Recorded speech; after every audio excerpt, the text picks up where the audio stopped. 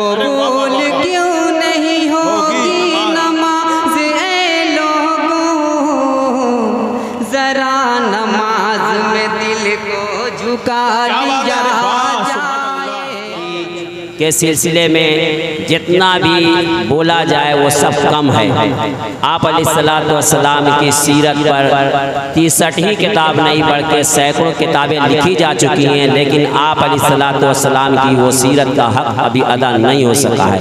اسی طریقے سے بہت سارے علماء کرام اور شعراء کرام اپنے شعروں میں، علماء کرام اپنی تقریروں میں باتوں کو کہتے ہیں، لیکن یقیناً حضور اکرم علیہ السلام کی 63 سالہ زندگی کا جو حق ادا کرنا چاہیے وہ حق ادا نہیں ہو رہا ہے۔ اس 1.5 گھنٹے کے اندر آپ نے بہت سے علماء کرام اور بچوں سے نعتیہ کلام اور تقریریں سنی، لیکن وہ بات ابھی پوری نہیں ہوئی ہے، اور ابھی آپ کے درمیان 2 اور مقرر آنے والے ہیں، پھر بھی پوری نہیں ہوگی۔ آپ علیہ السلام کی سیرت کے بیان کرنے کے لیے ایک رات نہیں کئی راتیں، ایک دن نہیں کئی دن، اور ایک دفتر نہیں کئی دفتر کی ضرورت پڑے گی۔ آئیے لیجئے میں آپ حضرات کے سامنے اپنے استاذ محترم حضرت مولانا خورشید احمد صاحب مفتاحی دامت برکاتہم، نائب شیخ الحدیث جامع مفتاح الامہ کو نہایتی ادب و احترام سے دعوت دے رہا ہوں کہ وہ آئیں اور سیرت مصطفیٰ صلی اللہ علیہ وسلم پر اپنے خیالات کا اظہار فرمائیں۔ بسم اللہ الرحمن الرحیم، الحمدللہ رب العالمین، والصلاة والسلام علی سید الانبیاء والمرسلین محمد وآلہ واصحابہ اجمعین، اما بعد، اعوذ باللہ من الشیطان الرجیم، بسم اللہ الرحمن الرحیم، انک لعلی خلق عظیم۔ وقالت الخدیجۃ رضی اللہ تعالی عنہا انک لتصل الرحم وتصدق الحدیث وتحمل القلب وتکسب المعدوم وتقرئ الضعیف وتعین علی نوائب الحق، او کما قالت رضی اللہ تعالی عنہ۔ حسن یوسف دم عیسیٰ ید بیضا داری، حسن یوسف دم عیسیٰ ید بیضا داری، آچ خوبا حمدہ رندت تنہا داری۔ صدر ذی وقار معزز علماء کرام اور ہمارے سامعین اعظام اور ہمارے عزیز بچوں اور ہماری بچی، ظاہر ہے کہ بڑی دیر سے ہم تمامی حضرات سیرت النبی صلی اللہ علیہ وسلم کے موضوع پر بہت سی باتوں کو سماعت کر چکے۔ وقت کی تنگی سب سے زیادہ معنی ہے، بھی 8:15 میں اذان ہو جائے گی۔ ابھی حضرت مولانا افتخار صاحب دامت برکاتہم کو بھی تھوڑی دیر آپ لوگوں کے سامنے آنا ہے، اس لیے موقع نہیں ہے کہ گفتگو طویل کی جائے یا تمہیدی گفتگو کی جائے۔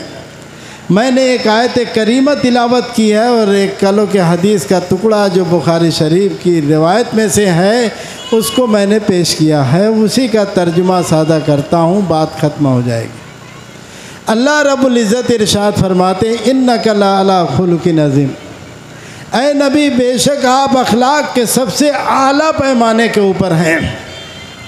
پوری دنیا کے اندر آپ سے اعلیٰ عرفہ اخلاق نہ کسی کا ہوا ہے اور نہ ہو سکتا ہے۔ ایک چھوٹی سی مثال حدیث کی کتابوں میں آتی ہے کہ اللہ کے رسول صلی اللہ علیہ وسلم کہیں سے سفر سے واپس آ رہے تھے، دوپہریے کا وقت تھا۔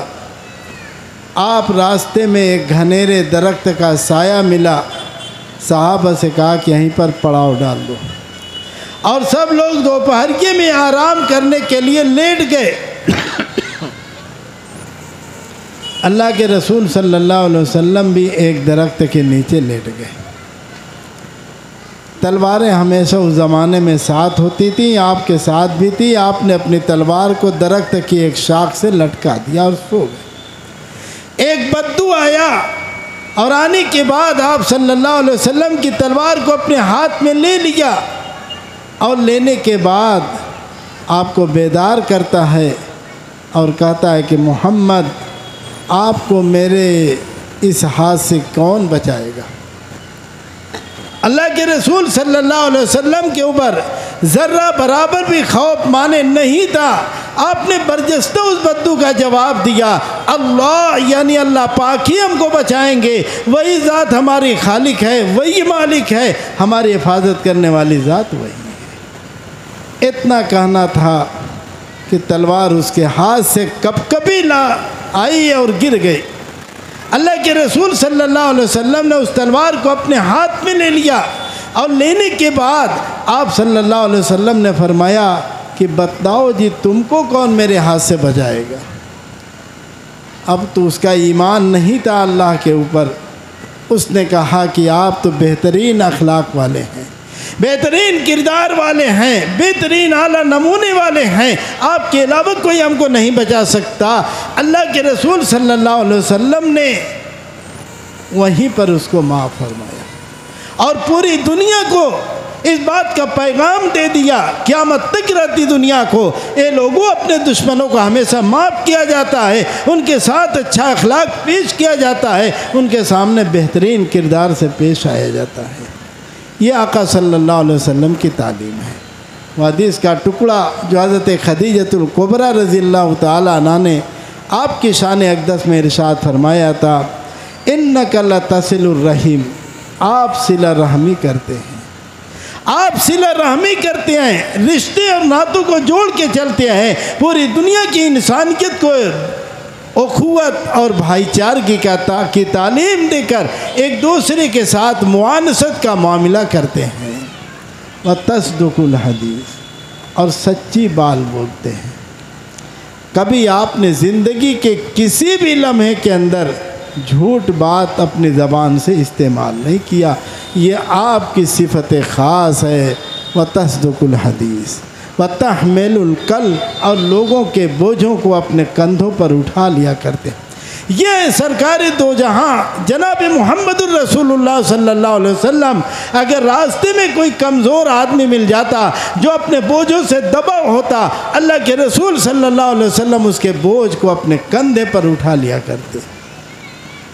وَتَقْسِمُ الْمَعْدُومِ، یتیموں، بیواؤں، لاچاروں، مسکینوں، غریبوں، بچوں، مسافروں پر خرچہ کرنے کے لیے جو بھی آپ کمائی کرتے ہیں سب انہی کے اوپر خرچہ کر دیا کرتے ہیں. وَتَقْرِبُ الضَّيْفَ، اور مہمانوں کی مہمان نوازی کرتے ہیں. کوئی مہمان آ گیا تو آپ علیہ الصلوۃ والسلام بے چین ہو جاتے، امہات المومنین کے گھروں کے اندر بھیجتے، ان کی ضیافت کے لیے کیا سامان ہے، اگر سامان ہوتا فبیا، اور نہیں تو پھر اپنے کسی غلام کو حکم کرتے یہ آدمی میرا مہمان ہے، ان کی مہمان نوازی کرو، ان کی مہمان نوازی کرو. صحابہ نے تو ایسی مثال دیا ہے کہ گھر میں بچوں کے کھانے کے لیے کچھ نہیں تھا لیکن مہمان کو کھلا دیا اور بچوں کو بھوکا بہلا کر سلا دیا اور چراغ کو گل کر کے اپنے آپ کو ظاہر کیا کہ ہم کھا رہے ہیں تاکہ ہمارا مہمان کھا لے اور ہم بھوکے رہ جائیں گے. اللہ رب العزت کو یہ ادا اتنی پسند آئی کہ کل ہو کر آیت ربانی کا نزول ہوتا ہے، یُؤْثِرُونَ عَلَىٰ أَنفُسِهِمْ وَلَوْ كَانُوا بِالْخَصَاصَةِ، کہ اگر خود ضرورت مند ہوتے ہیں تب بھی یہ لوگ دوسرے کو ترجیح دیتے. وَتُعِينُوا عَلَىٰ نَوَائِبِ الْحَقِّ، اور ضرورت مندوں کی آپ وقت پر مدد کیا کرتے ہیں. بات ختم ہو گئی. یہ پیغام ہے ہمارے آقا جناب محمد الرسول اللہ صلی اللہ علیہ وسلم کا. مسلمانوں ہم اس کو اپنے اندر اتاریں اور اتار کر پوری دنیا کو اس بات کی تعلیم دیں کہ ہمارے آقا صلی اللہ علیہ وسلم کا جو پیغام پوری دنیا کے لیے رحمت ہے، پوری دنیا کے لیے امن اور سکون کا باعث ہے. پوری دنیا کو جو آپ نے سبق دیا ہے، یقیناً آج اگر دنیا اللہ کے رسول صلی اللہ علیہ وسلم کے ان پیغامات کے اوپر، ان سیرت طیبہ کے اوپر عمل پیرا ہو جائے تو پوری دنیا میں کہیں فساد نظر نہیں آئے گا، ہر جگہ امان ہی امان ہوگا. وآخر الدعوانا الحمد للہ رب